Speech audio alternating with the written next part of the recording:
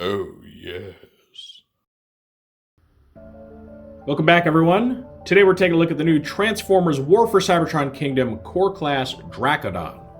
Dracodon is number 22 in the Kingdom line, and he is a direct lime green and gold redeco of the Wave 1 character Vertebreak, who, that character was a Predacon, this one's a Maximal, so we are getting some variation there in the factions, which is always good. I like that. I don't know, the two of them together kind of remind me of the, how was it, Repugnus and I forget the original guy's name from Transformers Cybertron. I had like the Jungle Planet guy and he got redone as Repugnus. I don't know, I just get that vibe from these two. So if you see my reviews before, you know how this goes. We're going to take a look at Dracodon's packaging, then we'll open him up. We'll see the instructions for the toy, and then we'll see Dracodon himself in both his beast and robot modes. Naturally, I'll be doing some group shots and comparisons today, and then at the end of the video, I'll give my final thoughts. So Dracodon comes in your standard core class packaging for Kingdom, on a little blister card. You can see the figure itself here.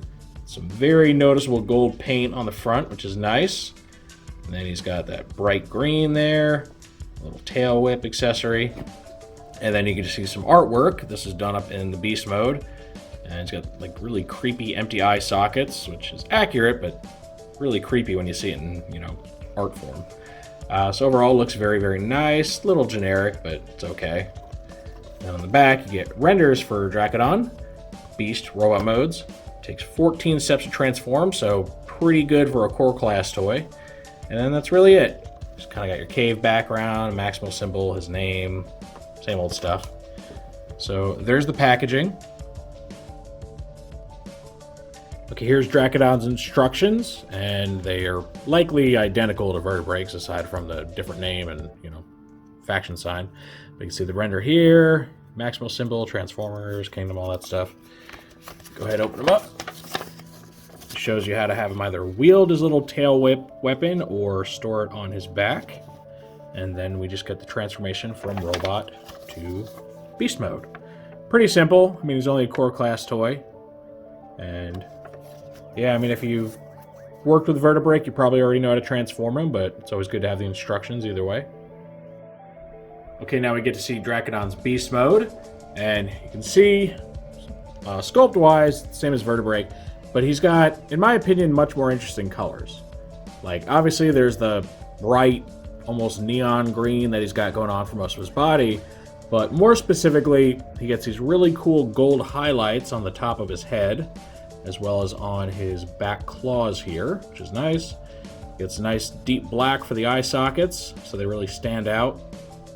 And he's got some interesting, almost like discolorations on him, but I don't think that's intentional.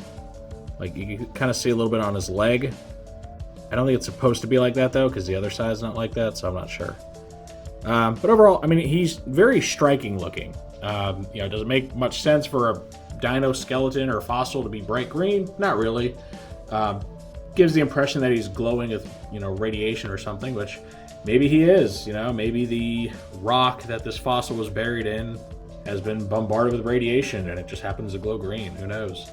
But, like the other Maximal Fossilizers, his colors tend to be much more ornate, much less realistic than the Predacon counterparts. So he seems to follow that train of thought, whereas somebody like, Tricranius is colored to resemble lava. This guy's colored to resemble what I can only guess is, radiation. And here's our comparison shot with Vertebreak. Now, Vertebreak is much more realistically colored. These dark browns and stuff you see are what you'd expect for a fossilized skeleton. Because, a fossil, it's not really the actual bone skeleton of the creature. It's like the impression of the bone whose substance has been kind of replaced with minerals and stuff over, millions of years. So they would look rather stone-like in appearance. Makes her realistic, but also, in my opinion, it makes her less visually interesting. You can see that her claws and eye sockets really don't stand out from the, really dark browns and grayish colors of the rest of her body. Like, they are painted. Her claws are painted. It's kind of hard to make out against the backdrop here. Even the eye sockets are a slightly darker color than the surrounding skull. So, yeah, I mean, they're just each doing their own thing. If you want hyper realism, you get Vertebreak. If you want crazy 90s grunge colors, you can get Dracodon. Alright, now we get to see Dracodon's robot mode. And personally, I think the robot mode's even more impressive looking than the beast mode, mostly due to the addition of several more gold highlights as well as some other colors. You get the nice Maximal symbol right there on his chest, which just contrasts well against the gold. You get these, gold face details, gold helmet details, and then nice, metallic blue eyes to really shake things up. On the back, you can see his weapon storage just plugs into these little kind of rib slots here. And of course, you can have him hold his whip in his hand, make him a little more battle ready. And yeah, I mean, he's just a cool looking little figure. He's something different. He's very spindly and skeletal looking, but that's kind of the point. The tolerances on him are still great, even though it's all ball joints. Everything's nice and tight. Everything feels good to manipulate and pose. And I don't know, I enjoy him for what he is. He's just a cool little fossil bot, and that's okay.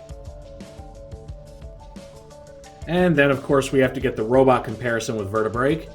And, I still feel the same way between the beast modes and robot modes that Vertebreak, while cool, is just really not as impressive looking. She gets a lot less color breakup because she only gets the silver detailing right here on this upper chest area, and then around her mouth and nose. And that's it. She lacks all the extra, metallic paint here and the pelvic area. She doesn't have the stripes on the helmet, which on the one hand, it's kind of good. They're not just a one-for-one palette swap of each other. But I just felt Vertebreak just didn't have a whole lot going on to help break up her colors. So, in all honesty, even though she's the trailblazer and she's, the first use of the mold, I think I like Dracodon more. I just find him much more interesting to look at, even if his colors don't make a whole lot of sense. And this completes our look at Kingdom Dracodon. Now, this is a figure that I feel sadly gets very much overshadowed by his wave mate, Soundwave, for a few reasons. One, just, recognizability. Soundwave is one of those A-list G1 Transformer characters that everyone goes crazy about. And, he's just one of the most popular Transformers of all time. So, naturally, this line being tailored a little more toward your older audience, they're going to want the Soundwave toy. People love the Soundwave. They rave about it. I reviewed that one a long time ago compared to this guy because I just knew that's what people wanted to see. And then, this guy he's very obscure. He is a new character. He's, part of a subgroup of a subgroup, and, he doesn't have any kind of name recognition or anything. There's also the fact that he is just a recolor of an already existing core class figure that just came out, a few waves prior to this. So he sadly doesn't have a lot going for him as far as, I guess, marketing, which is a shame because I think he's quite good. I think the Vertebreak mold is a really cool little mold.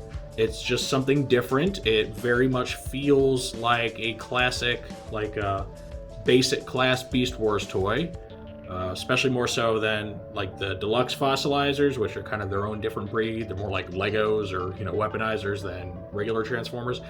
These basic class guys, if you do consider them actually fossilizers, are different because they're just regular Transformers. They don't come apart. They just transform like they're supposed to.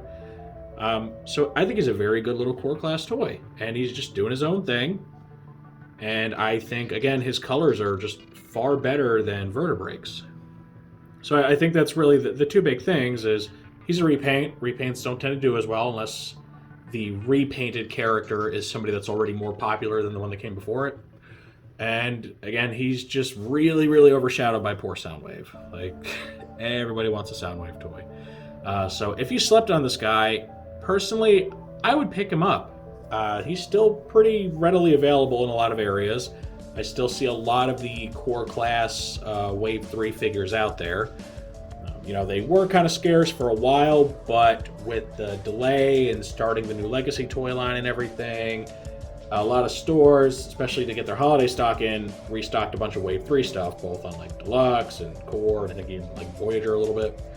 So yeah, I personally recommend picking this guy up at $10. He's a pretty good deal.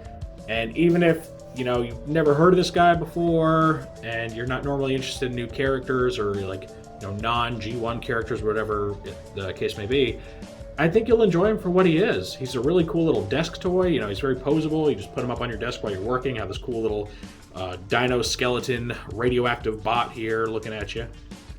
And yeah, I think if you pick him up, you'll be pretty satisfied with him no matter what. Of course, that is just my take on Dracodon, so now I want to know what you all think of him. Do you see him as a worthwhile purchase? Is he something that you're interested in, either for the mold, the colors, or just being a completionist? Or do you not want this toy? Do you just not care about the new Fossilizer characters? Do you not want to repaint? Do you not like the mold? Maybe you don't think it's good. I think it's good, but maybe you don't.